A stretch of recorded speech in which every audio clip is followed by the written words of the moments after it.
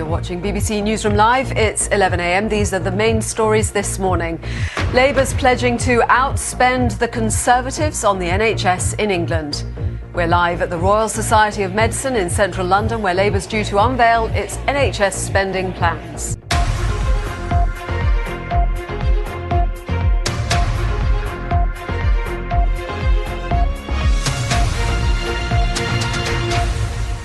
Good morning. Welcome to BBC Newsroom Live. I'm Joanna Gosling. The two main parties in the general election campaign are today focusing on what they regard as their key issues. Labour will focus on health, while the Conservatives look to Brexit.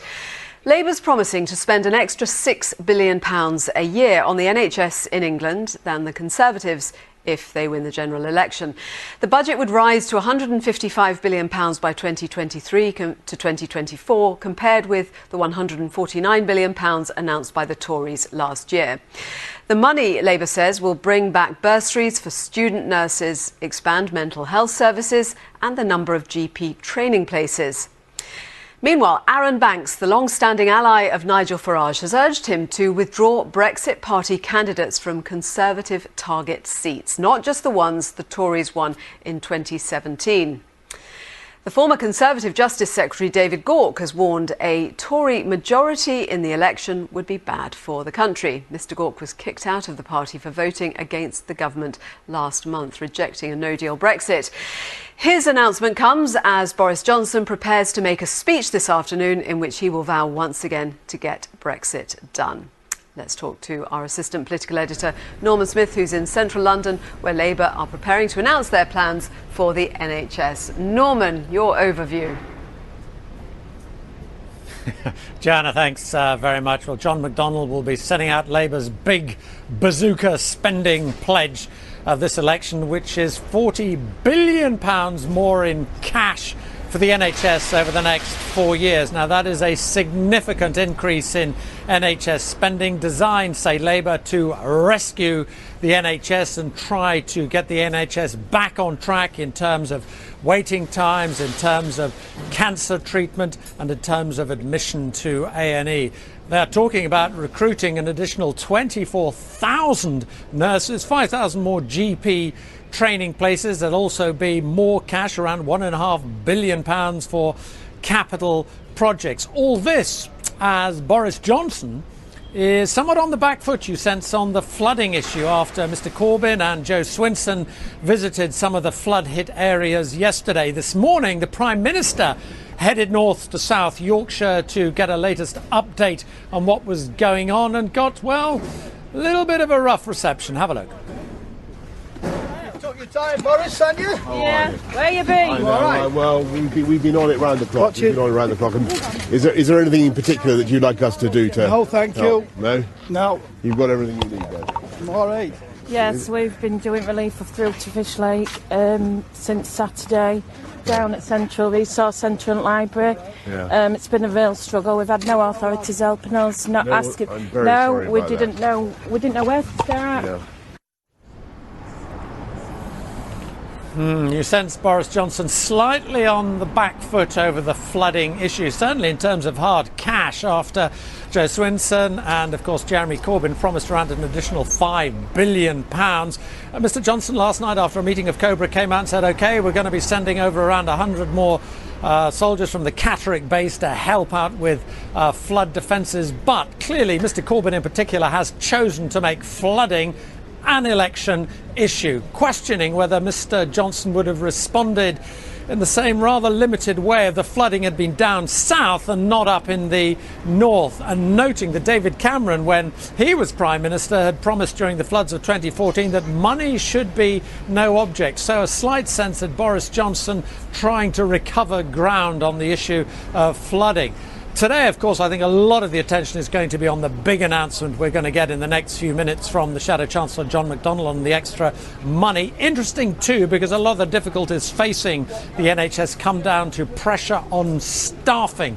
And we heard from John Ashworth, the Shadow Health Secretary, this morning, saying that freedom of movement would continue for EU nationals working in the NHS. That is the first real sign, concrete sign, we've had that Labour is prepared to park getting rid of freedom of movement after Brexit because, of course, so many EU nationals work in the NHS, and concerns if that is brought to an end, that will have an impact on the health service. So what I think will be interesting in the Q&A afterwards is whether Mr MacDonald is prepared to countenance any broader give on the issue of freedom of movement in other parts of the public sector which also rely on EU nationals, such as schools and local councils and care homes and so on.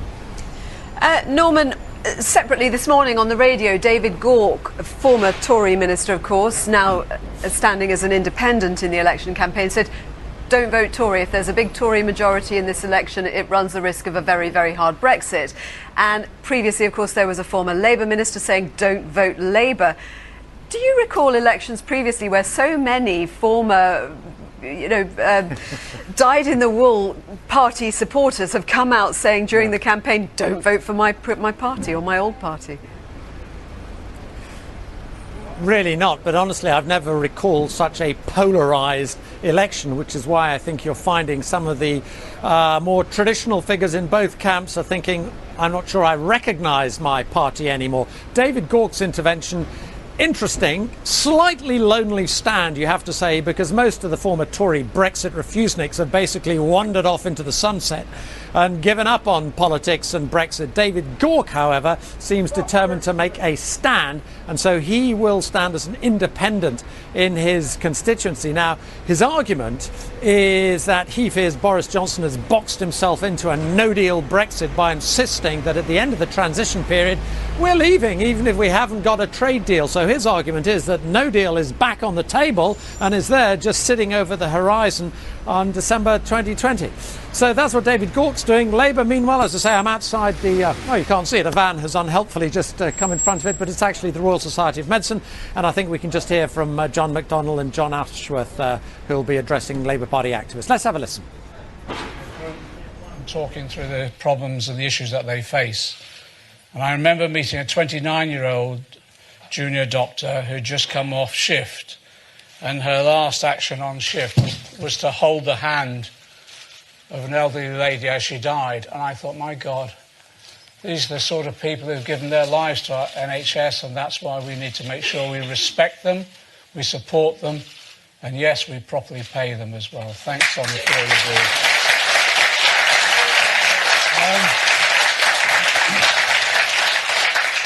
Thanks for joining us as we come to the end of the first week of this election campaign. I love election campaigns. I love them. Even in the dark, the wet, and I bet you it's going to snow before now. It doesn't matter. The atmosphere is just terrific. Wherever we go on the campaign, we've got literally hundreds of our members coming out to mobilise and discuss the policies on the doorsteps. And it's just terrific. And I know, there was some anxiety about whether an election should be called or not, but I think there was such a level of enthusiasm. We needed to get this election over and done with, and a Labour government into power as rapidly as we possibly could. And that's why I think it's the end of the first week of the election campaign. It's a week where I think we've seen the Tories show their true colours. It started with Jacob Rees-Mogg showing that unforgivable arrogance in criticising the so-called common sense of the Grenfell Tower victims. The Tories also started early on to resort to fake news in the sort of fantasy numbers that they've been concocting up to criticise our plans. And then, well, I thought, don't worry, we'll get into the debate with the Chancellor and we'll be able to cut through all that and maybe evidence the reality. So as soon as we said, come and have that debate, and he gave a first inclination he might, he then refused it yesterday. He refused to debate with me to defend their record, obviously, but also I think he realised that we would be able to cut through the lies that they've been concocting over the last week about our spending plans. So he ran scared. But nevertheless, what we'll do now is, throughout this campaign, this will be a positive campaign for us. We'll continue to present our positive vision of the society we want to create, how we tackle climate change, and yes, how we tackle exactly what Sonia has said, the rampant inequality that there is now staining our society. I think we'll continue to show as well at every opportunity, yes, our comprehensive costed plan to deliver that vision of that new society. We know, not just in this campaign, well, I suppose we've always known it from the beginning, that you can't trust the Tories on the NHS. Their record is one of running down the NHS and imposing, in this last decade, the biggest funding squeeze in the NHS's history. It's been nearly a decade of savage cuts to health and care services, yes, privatisation as well, and the failure to just recruit the nurses that we need, which has now left the NHS in crisis. And we all know the lines. We've heard it from 2010 onwards. We've heard them enough. But they weren't true then, and they aren't true now. Austerity was never an economic necessity. It was always a political choice who would bear the burden of this.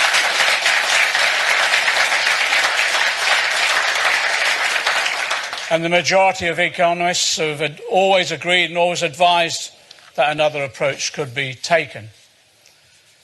But what's extraordinary, and it displays what choice they made, as they've spent the money on cutting, example, inheritance tax to disproportionately benefit the wealthiest in our society, they've cut budgets to breaking point, whilst refusing to do anything to tackle the crisis now facing social care. By 2030, the prediction is, on current trends, some 2.1 million older people will be needing help but not getting it. And as the Tories have spent money cutting capital gains tax, accruing to the rich, the cuts and privatisation to our NHS has left our country struggling even to treat cancer patients safely. And also they've wasted money by failing to tackle tax avoidance and tax evasion. And as a result, I just give the example, support services for our young people have been ripped out of our communities. And as they've cut corporation tax and continue to increase dividends to the very richest, more than 1 million NHS patients face longer waits in emergency departments, and almost 300,000 patients could be left on waiting on trolleys still. And the upcoming winter pressures, people are now predicting on the front line, look set to be the worst winter the NHS has ever endured. The NHS is in crisis under the Tories, and all the evidence demonstrates the reality.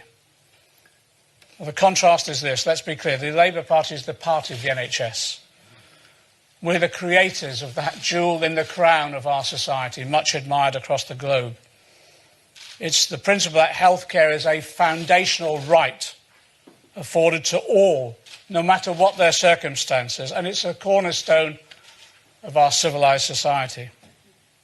We've already established and committed that Labour will end austerity to bring waiting lists down, stabilise our accident emergency services and deliver the quality cancer care patients deserve. We'll commit to really improving mental health services and, yes, make a solemn pledge that no child should ever be denied the mental health care that they need, as so many are.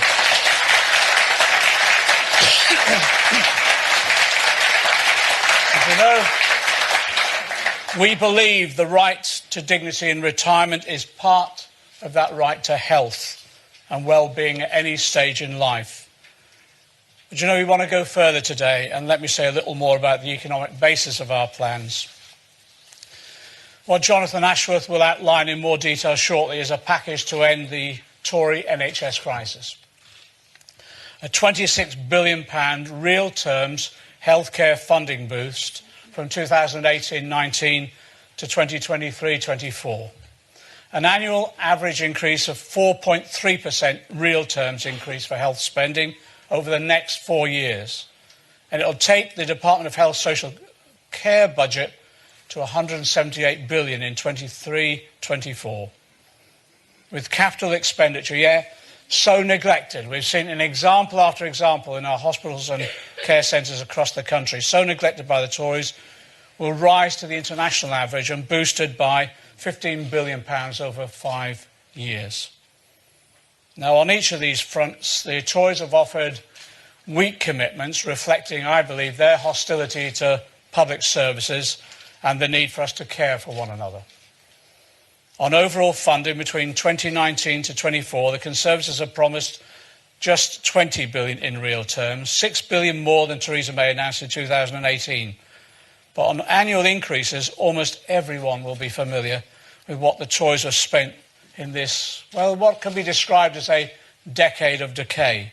For 8 years, the NHS budget increases have averaged just 1.4%. That says something about the value they place on caring and caring for one another. And when you sift through the spin of their most recent promises, which use cash terms figures, they're proposing to spend just 3.3% extra a year compared to the 4.3% that we're promising. And on capital, the NHS capital budget is lower today in real terms than shockingly in 2010-2011. And in recent weeks, we've seen the absolute scandal of Tory promises for 40 new hospitals turn into 6 hospital recalibrations. You can't believe a word they say. The other dividing line between us and the Tories is that we're responsible enough to commit to where our funding comes from. We've had none of that from the Tories. Last week I announced in Liverpool a new social transformation fund, £150 billion over 5 years for the social infrastructure. Actually, is the glue that holds our communities together. Our £15 billion capital commitment today will come from that social transformation fund.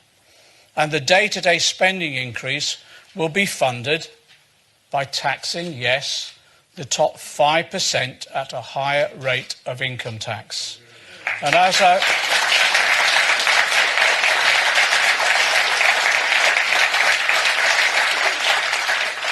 let me just make this clear and cut through the lies and the fake news from the Tories over this last couple of weeks. As I've said before, income tax rates, national insurance and VAT will not increase for 90% of earners.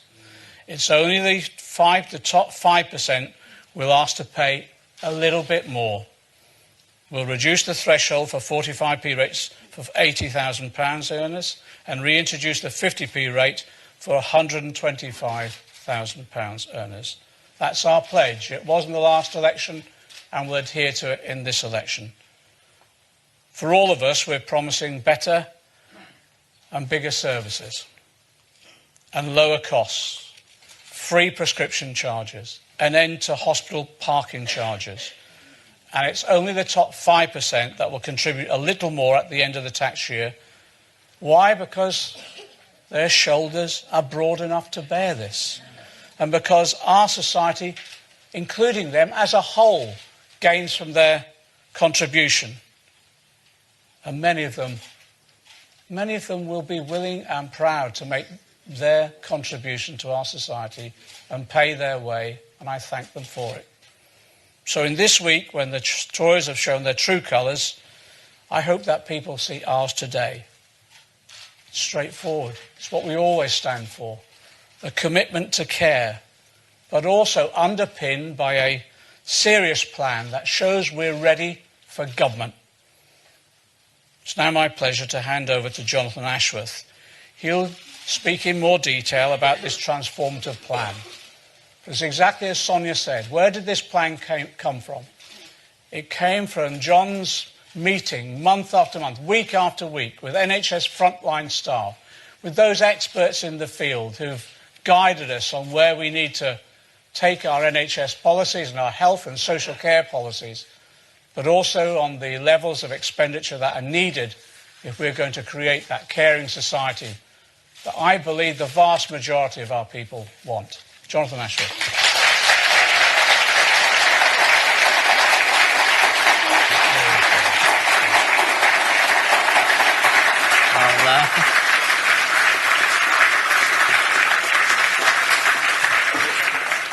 Well, thank you very much. Good morning, and thank you, Sonia, for that wonderful presentation of the pressures on the front line. I thought you spoke with power, authority, and eloquence. You made me slightly blush when you were so nice about me. I'm not used to hearing nice things about me, but thank you. I thought you were tremendous, and I thank you for all the work that you do as a GP registrar and the NHS.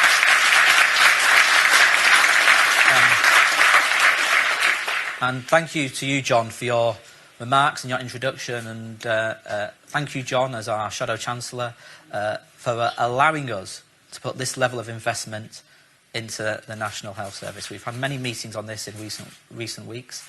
I know you've always had the NHS at your heart, but look, you know, secretly he is a bit of an Iron Chancellor, you know. You know, he interrogated our plans carefully, as you'd expect from somebody seeking to be the nation's Chancellor of the Exchequer. But thank you for the financial settlement you've been able to allocate for the National Health Service and the wider associated health services. So thank you all for coming along this morning. Last week, we heard how a patient at Queen's Medical Centre Hospital in Nottingham, an 88-year-old patient, Jill Woolley, with dementia, was left languishing on a trolley for over 6 hours in a hospital corridor. It was a heartbreaking picture, a picture which I think really is the image of this general election campaign, because Jill's experiences are not unique. Indeed, in the last year, 625,000 patients have languished in corridors designated as trolley waits in the National Health Services. Our A&E departments are not just in winter crisis, but in year-round crisis. Indeed, September's A&E wait figures were the worst performance for A&E outside of the winter months. And tomorrow, we anticipate further NHS performance data confirming our very worst fears that we are heading into a winter of absolute misery for patients. We all know the stories, and those of you who work in the NHS will be expecting it, how typically this winter we'll have ambulances unable to offload patients because A&Es are full, A&E patients not able to be cleared from A&E because there are no acute beds for the patients to move to, no acute beds in the hospital because the medically fit but vulnerable and elderly patients can't be discharged because social care services have been savaged. This is happening year after year after a decade of cutbacks in our National Health Service.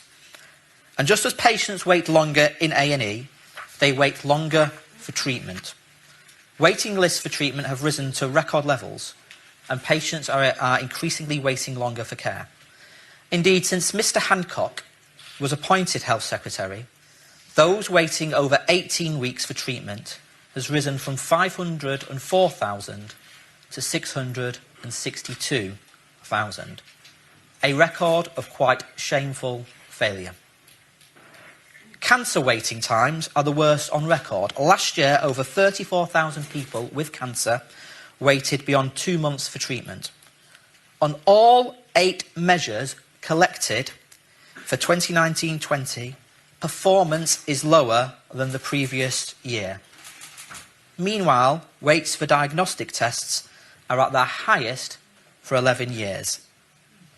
So after a near close to decade of underfunding and cuts, after axing of over 15,000 beds, after the brutal slashing of social care budgets, and a failure to address chronic workforce shortages of 100,000, our NHS is crying out for a financial rescue plan and real change.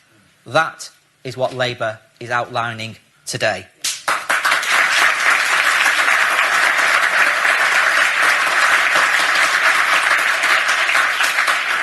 Today, Labour is confirming an extra £26 billion for our NHS and health services in real terms.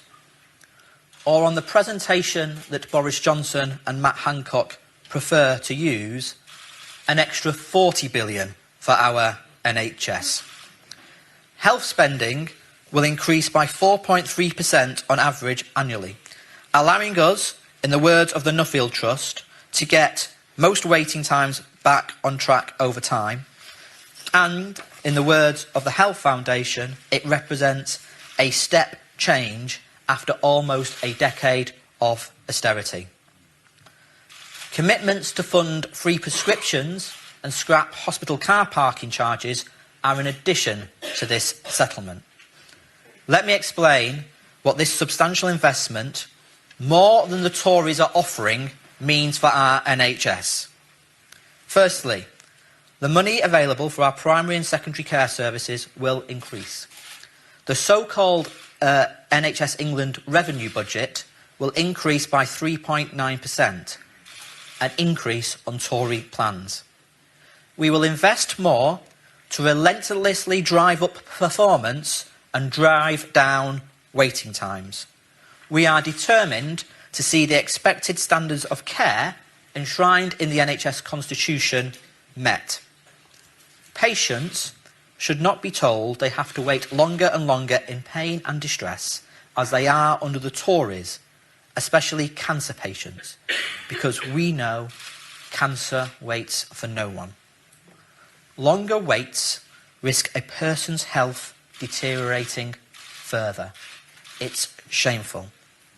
Recently, we heard how patients at a hospital in Southampton went blind and suffered severe sight loss because of longer waits for glaucoma treatment. Indeed, a pregnant mother was left almost completely blind waiting for care. The newspaper reported she has since given birth and has never seen her daughter's face. This is the reality of ever-growing waiting times and lists under the Tories.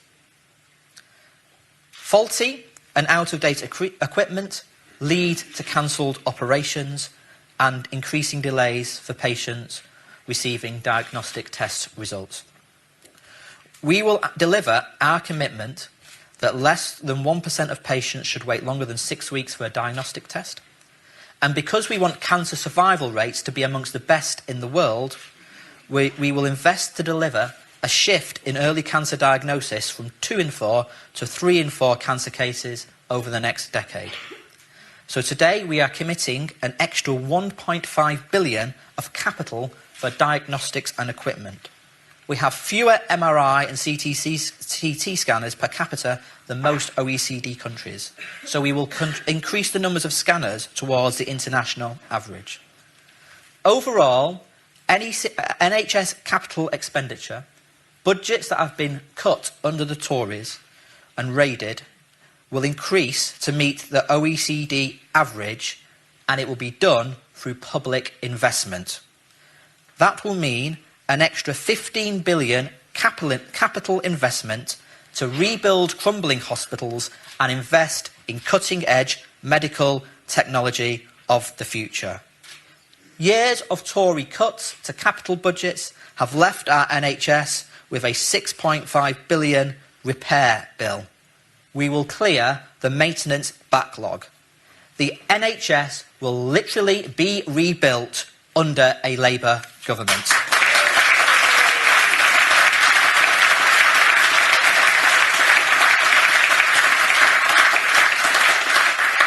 We will honour existing and confirmed hospital rebuilds, but future decisions on hospital rebuilds will be based not on party political considerations, as it is now under the Tories, but decisions will be based on need, be fully transparent and spread fairly across the regions.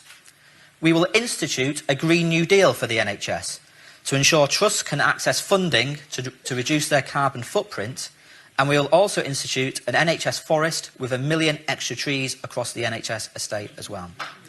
We will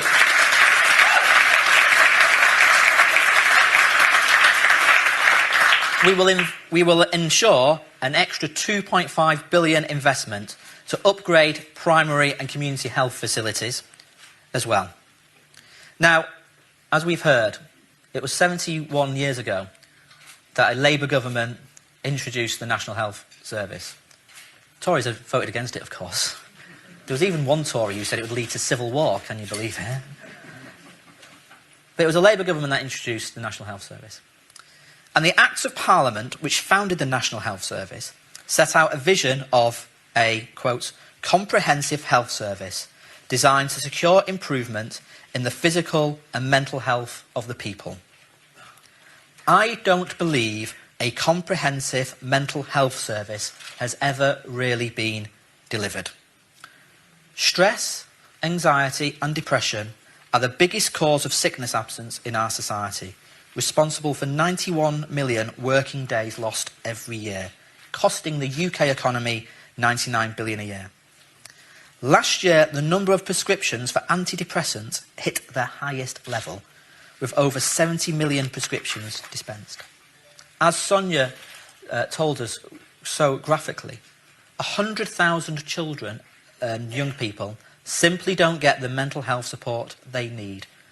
Often young people in crisis, harming themselves, talking about taking their own lives, turned away from services. We will, as a government, prioritise mental health and well-being like never before. Under our plans, we will invest £2 billion extra in mental health facilities. Old-style dormitory wards in inpatient hospitals will be replaced. We will make wards and facilities safer for patients and staff. We will invest in extra beds to end the unacceptable practice of out-of-areas placement, often in poor quality private providers.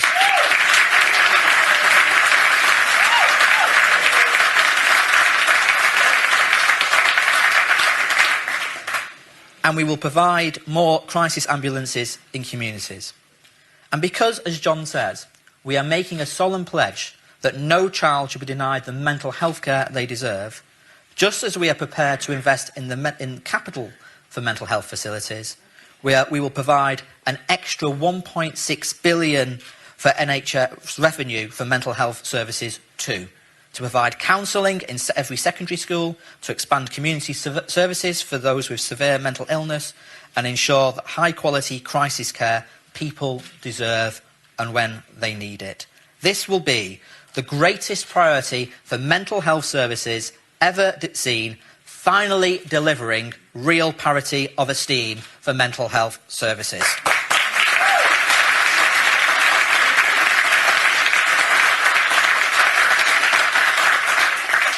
Our mission to improve well-being does not end with mental health services. Yesterday, we lost a good friend. We lost someone who I believe was one of the finest health secretaries ever to grace the office. Frank was a great source of encouragement to me in recent years and gave me good advice. Kept me going.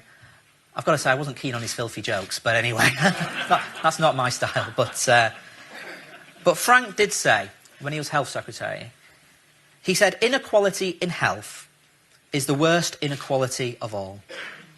There is no more serious inequality than knowing you'll die sooner because you're badly off. He was so right. He was so right. Poverty and deprivation mean people get ill quicker and die sooner.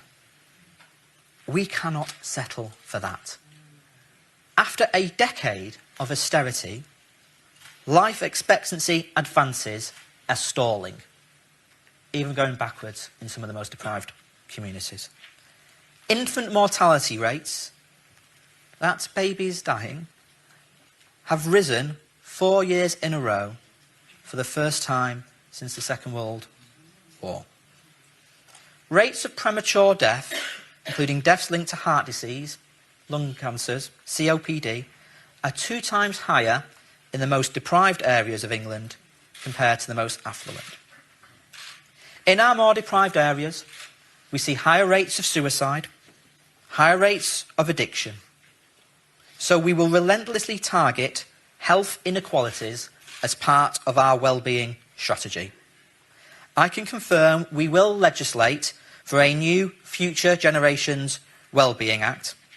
We will commit to halving childhood obesity by 2030 and tackle the wider determinants of ill health, such as banning the junk food advertising before the watershed. But because the delivery of healthcare isn't just about the NHS as a sickness service, it's about helping people stay well and lead healthier, happier, longer lives. So instead of cutting public health services, as under the Tories, we will invest an extra £1 billion a year on the public health grant. It will mean more investment in smoking cessation services. It will mean more investment in weight management services and fund 30,000 new treatment places and obesity services. We have committed not only to more money for sexual health services, but we will fully fund the rollout of PrEP for HIV and take steps to work on eliminating new HIV infections. And as many of you know, addiction services is a personal priority of mine, having spoken out about my own personal circumstances with a father who was sadly taken because of drink. After years of cuts to addiction services, we are seeing an increase in deaths because of substance misuse and alcohol. We will stop the cuts to addiction services. We will increase addiction services funding by £100 million. This investment will secure an extra 27,000 drug and alcohol community treatment places. We will also invest an extra £50 million in mental health promotion advisors working across workplaces, care settings, custody settings and community groups, providing mental health first aid and resilience training. Children's health and well-being has always been a huge priority of mine. I want our children to become the healthiest in the world. Yes, it's ambitious, but when children make up around 20% of the population and 100% of our future, it's right to be ambitious. So we will raise the 0 to 5 health services spending to over £1 billion. We'll invest more in parenting support and ensuring services become trauma-informed. But there is one area where children's health investment is now more urgent than ever. Earlier this year, we lost our measles-free status. Measles is a horrible, life-threatening disease. And yet, MMR vaccination rates have fallen now 5 years in a row. This simply isn't about anti-vax propaganda on social media, as Mr. Hancock claims. But as the NAO reported, it's to do with the toxic combination of the Tory Health and Social Care Act reorganisation, alongside the squeeze on primary care and cuts to public health services. I am determined that we restore our WHO measles-free status. As a start,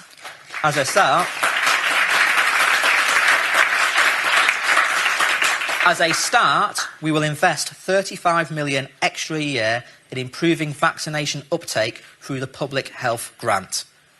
And we will recruit 4,800 health visitors and school nurses in communities too.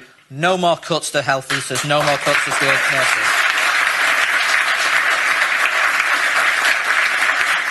Which brings me finally on to workforce.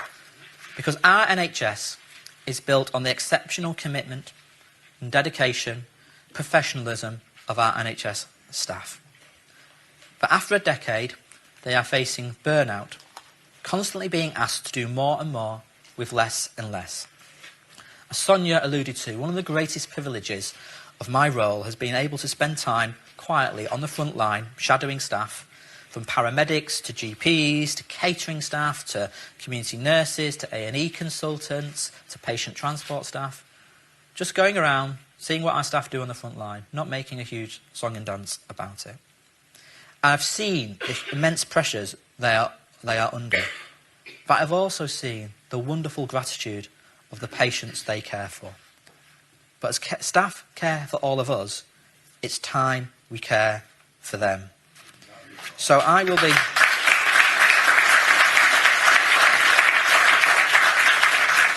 I will be a health secretary that doesn't pick fights with the NHS staff, but works alongside NHS staff as part of the team to deliver the best healthcare patients deserve. And that involves also putting in place a plan for patient care with a credible, costed plan to tackle workforce vacancies. Now, 2 weeks ago, you may have seen, London Tory spin doctors were, at the start of the campaign, were briefing that they were targeting rugby league towns. You see that in the north? On the same day Tory spin doctors were briefing that, it was announced that a maternity unit at Pontefract, near the rugby league town of Castleford, Wakefield and Featherstone, was closing because of shortages of midwives. So I can tell you, we will increase the budget for training, development and education by £1 billion a year, and we will bring back a training bursary for nurses, midwives and allied health professionals as well.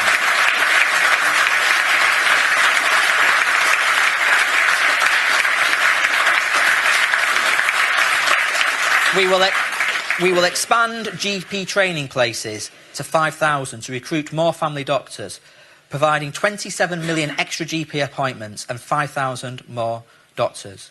We will allow the NHS to recruit internationally and ethically without hindrance.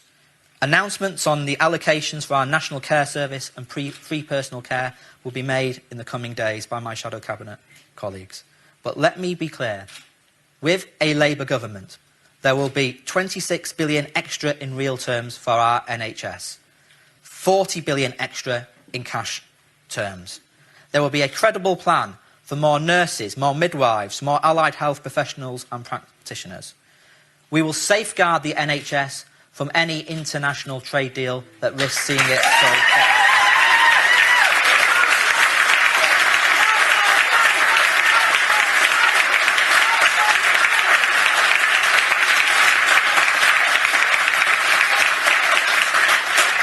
And yes, we'll end the privatisation of NHS services as well.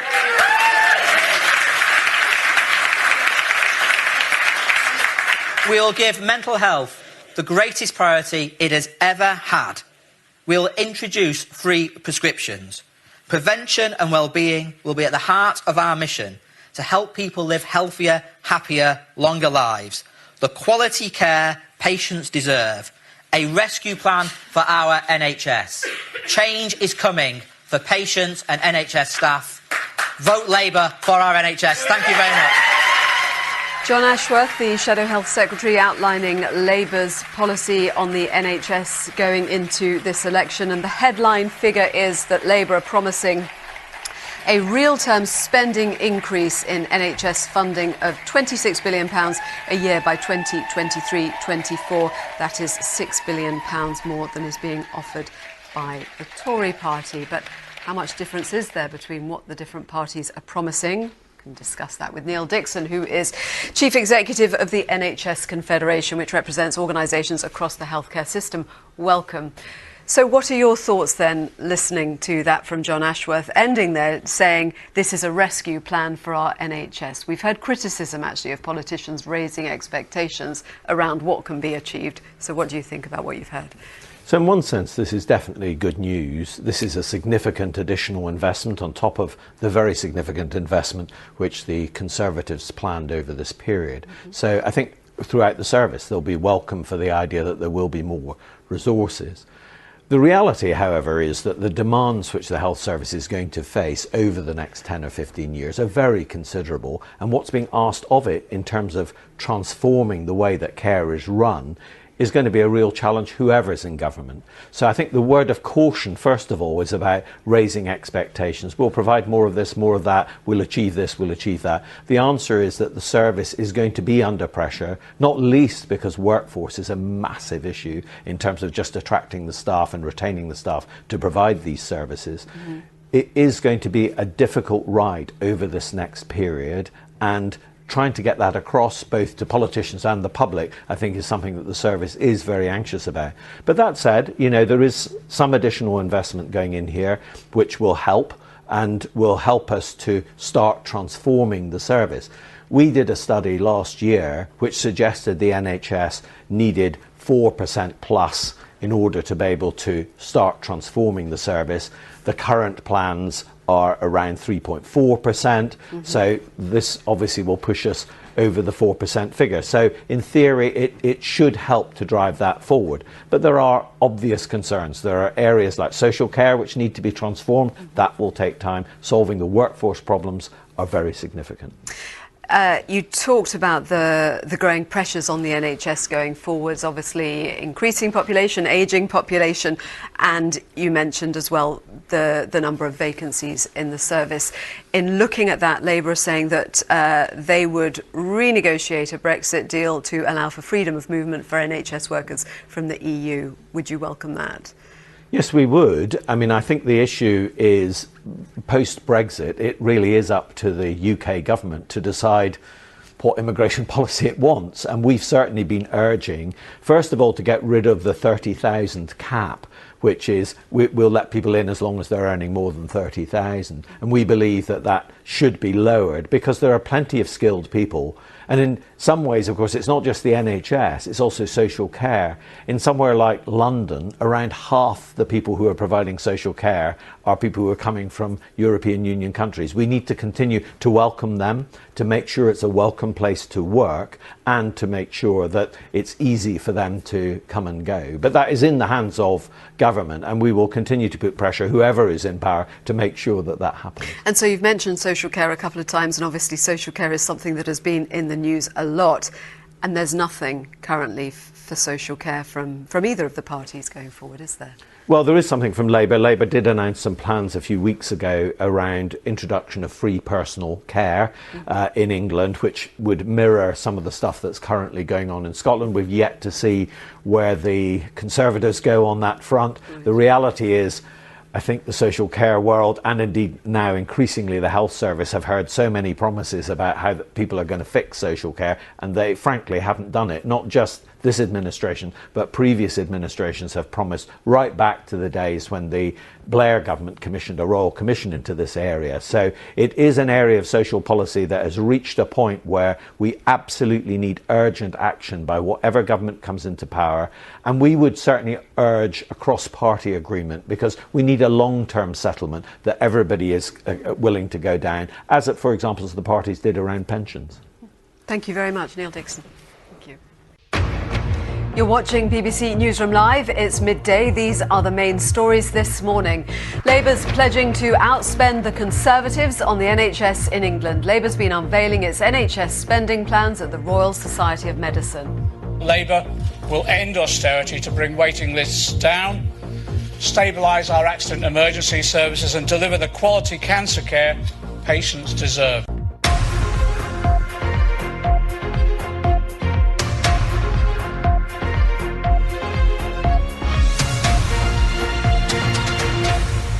Good afternoon. Welcome to BBC Newsroom Live. I'm Joanna Gosling. The two main parties in the general election campaign are today focusing on what they regard as their key issues. While Labour look to health, the Conservatives are focusing on Brexit. In the last half hour, Labour said it will spend an extra £6 billion a year on the NHS in England compared with the Conservatives if it wins the general election. The budget would rise to £155 billion by 2023 to 2024, compared with the £149 billion announced by the Tories last year. The money, Labour says, will bring back bursaries for student nurses, expand mental health services and the number of GP training places. Labour's plans come as Boris Johnson received a cold reception from some at flood-hit areas in Yorkshire. He says the government is going to have to do more to equip places with flood defences. Later this afternoon, he will make a speech in which he'll vow once again to get Brexit done. Let's go to our assistant political editor, Norma Smith, who's in central London, where the Labour event has taken place. So we had the detail of what Labour would spend on the NHS, Norman.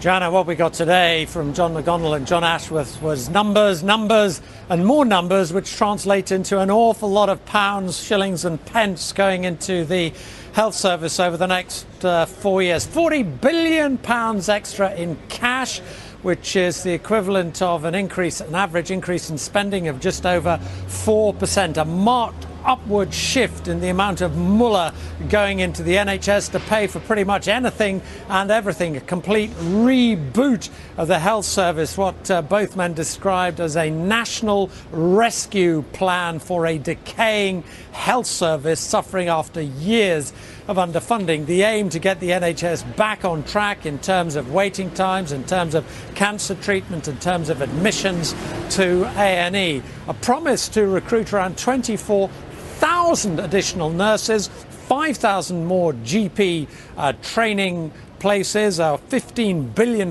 uplift in capital spending, big priority for mental health and what they said would be genuine parity between mental and physical health. So that will include, amongst other things, a mental health counsellor in every secondary school, also suggesting they will replace all mental health dormitories, those old Victorian dormitories. They'll introduce a new fleet of crisis mental health ambulances, and interestingly on staffing, a suggestion that EU nationals who wanted to come and work in the NHS would be free to do so as under existing rules. This part of ensuring that the NHS is not squeezed when freedom of movement comes to an end. But have a listen to John McDonnell setting out the proposals. The Labour Party is the party of the NHS. We're the creators of that jewel in the crown of our society, much admired across the globe. It's the principle that healthcare is a foundational right afforded to all, no matter what their circumstances, and it's a cornerstone of our civilised society. We've already established and committed that Labour will end austerity to bring waiting lists down, stabilise our accident emergency services and deliver the quality cancer care patients deserve. Now, we had one little muddle, it seemed to me, in the presentation, because earlier John Ashworth had dismissed the idea that Labour was going to introduce a 4-day working week in the NHS over the next 10 years. John McDonnell saying, well, that was their ambition and that is what they hope to work towards. Now, meanwhile, on the campaign trail, Labour leader Jeremy Corbyn has been out and about in Scotland. We can go to Glasgow and join our political correspondent Nick Eardley. It is Nick. Hi, I wasn't sure whether it was going to be you. Hi, Nick. So tell us what he's been saying. He was heckled as well, wasn't he? He was heckled as he arrived here in Glasgow. We'll show you that clip in a second, but this was another stump speech from Jeremy Corbyn, wide-ranging, not that much specifically about Scotland, a place where historically Labour did very well, but recently have really struggled, particularly on the issue of independence. But Mr Corbyn, in his speech about an hour ago in that building behind me, spoke about the issue of climate change and those floods in England again. Have a listen to what he had to say. Yesterday, I was with flood victims in Yorkshire, in Doncaster, talking to them about how they've lost all their possessions, lost the insurance on their homes, lost the opportunity to develop their own lives because of a flood which obviously is not of their making.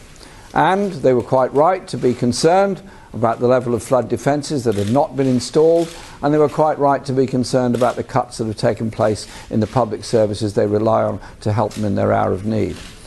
But they were also concerned about the future.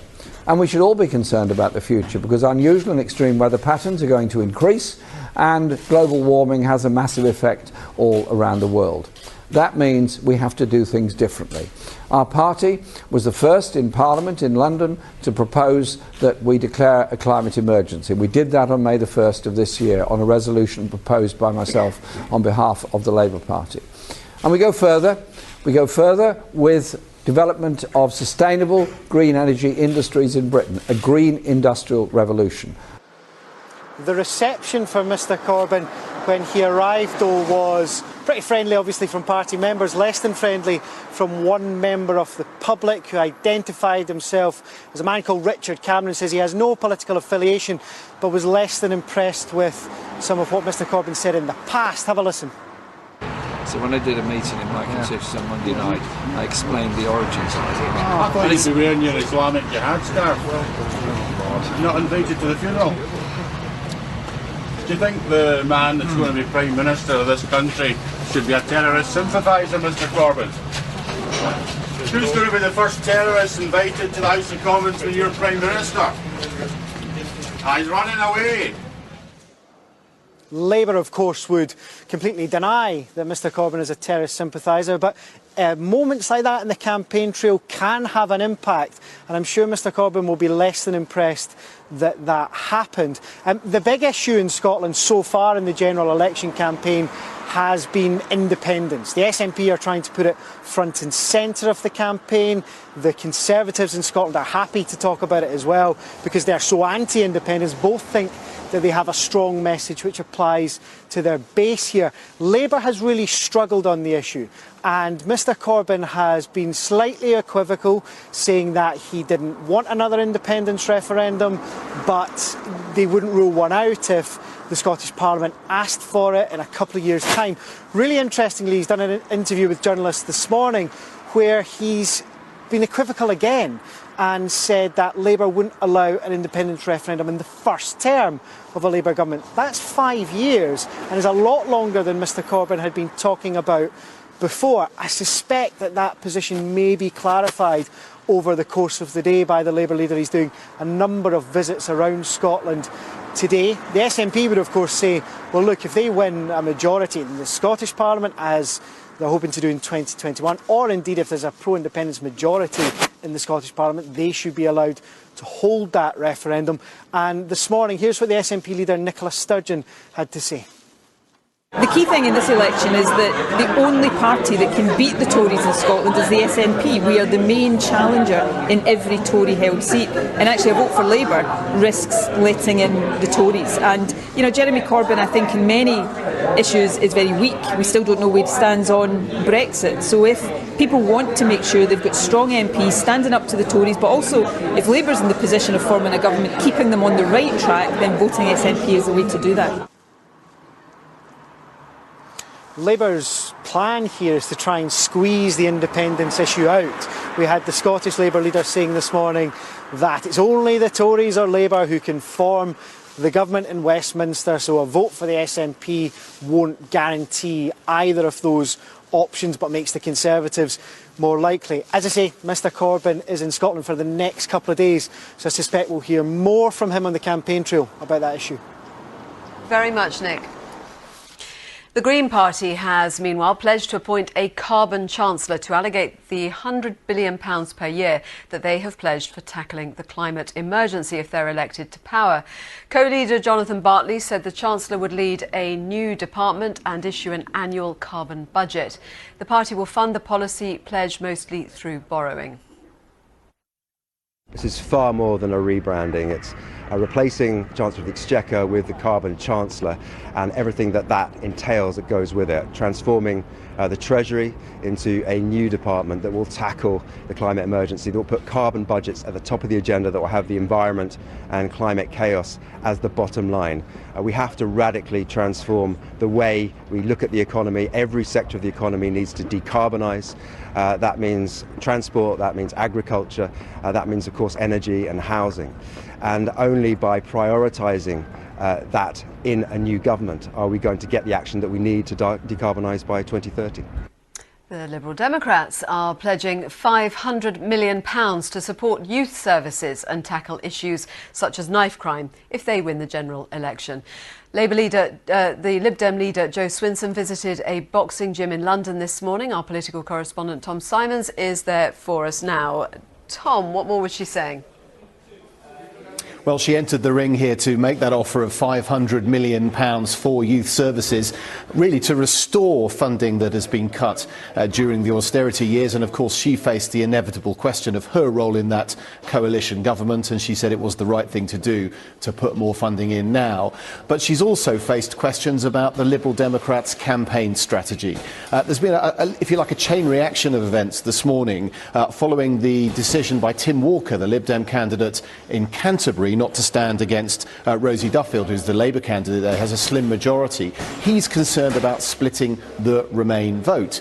Now, there is talk about disciplinary action against him by the Liberal Democrats, and that led to the candidate in High Peak in Derbyshire, Guy Kiddie, who's standing against Ruth George, the Labour candidate, who has a 2,000 majority, him saying that he felt he shouldn't be standing either because he splits the vote. He said in a note to the BBC, "If I campaign hard in High Peak, I will split the vote and the Tory will win." He's accused Jo Swinson of having a hyper-aggressive style. So for the last few days, I've been asking her about this strategy of not doing any kind of deal with Labour, and this was her response today.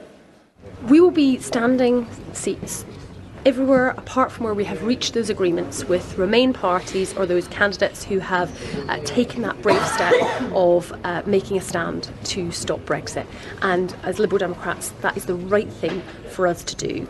And of course we'll continue to work with people where we agree with them on particular issues, but we need to make sure that at this election people have the chance to vote to stop Brexit. Now, it remains to be seen whether this becomes a growing problem for the Liberal Democrats, something of a grassroots rebellion. In fact, we're about to get to the point where the candidates are all decided, so perhaps it might die down a little bit after that. But for now, Jo Swinson has lots of uncomfortable questions to answer about the way this campaign's being managed. Thank you very much, Tom. London this afternoon. You can also watch that on BBC Two. But that's it for now. We will see you at 1:30. Lovely. See you later. Thank you very much. OK, let's get more reaction to Labour's NHS spending plans, as we've been hearing. I'm not sure if you can hear me at all. We've got some technical issues going on here in the studio. I'm hoping that you can hear me, you can see me. We're talking more about what Labour has been saying this morning about its NHS spending, saying that it would spend £6 billion more a year on the NHS in England than the Conservatives were it to win the general election. Siva Anandasiva is Chief Analyst at the King's Fund, which is a health charity. Welcome. Thank you for joining us. I think the technical issues are over. Good.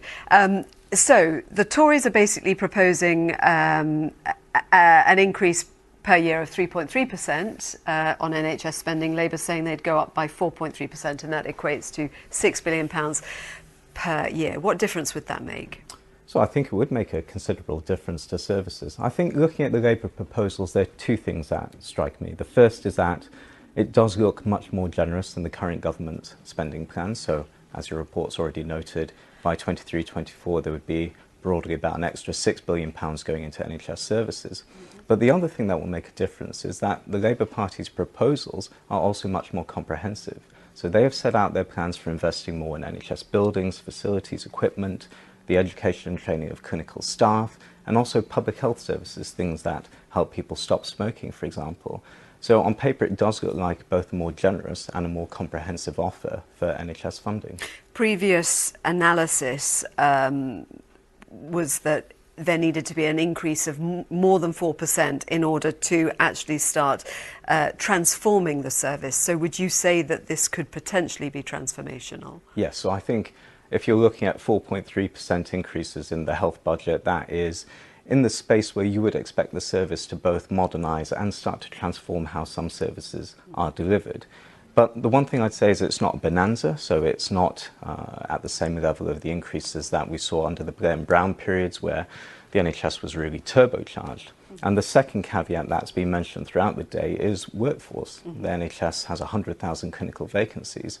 So additional funding is part of the answer, but by itself won't deliver improved services for patients. And of course, the ageing population, growing population. So how much does that eat into these increases? So quite a lot. If you look at just demand for A&E services, we're seeing that increase at about 5% a year. Right. So part of this additional funding will help the NHS keep pace with those rising demands. But as you've already alluded to, that will leave relatively little to fundamentally transform the service by investing in things like technology, by recruiting all the additional staff that we need in primary care and community settings that will deliver services close to patients' homes. So does that then take us back to the age-old debate, which of course no politician wants to tackle, particularly in the run-up to an election, which is service by investing in things like technology, by recruiting all the additional staff that we need in primary care and community settings that will deliver services close to patients' homes. So does that then take us back to the age-old debate, which of course no politician wants to tackle, particularly in the run-up to an election, which is what should the NHS actually be doing, and is this a sustainable path to be going down? Because basically there is a discrepancy in what the Tories say they'd spend and Labour say they spend, but ultimately they're both walking down the same route here. So that's true that there's relatively little distance between the two parties when you really unpick the numbers. I think that the question will always come back over whether the NHS is being asked to do too much. By providing these 4% increases, I think you can argue that the NHS would have enough to keep pace with rising demand. But if we talk about adult social care, I think that's where you really have to ask questions over what the parties are willing to pay in order to put this critical service back on a more sustainable footing. Thank you very much for joining us. Thank you. Thank you. Well, we heard earlier Boris Johnson has been faced with some angry residents affected by the devastating flooding in South Yorkshire.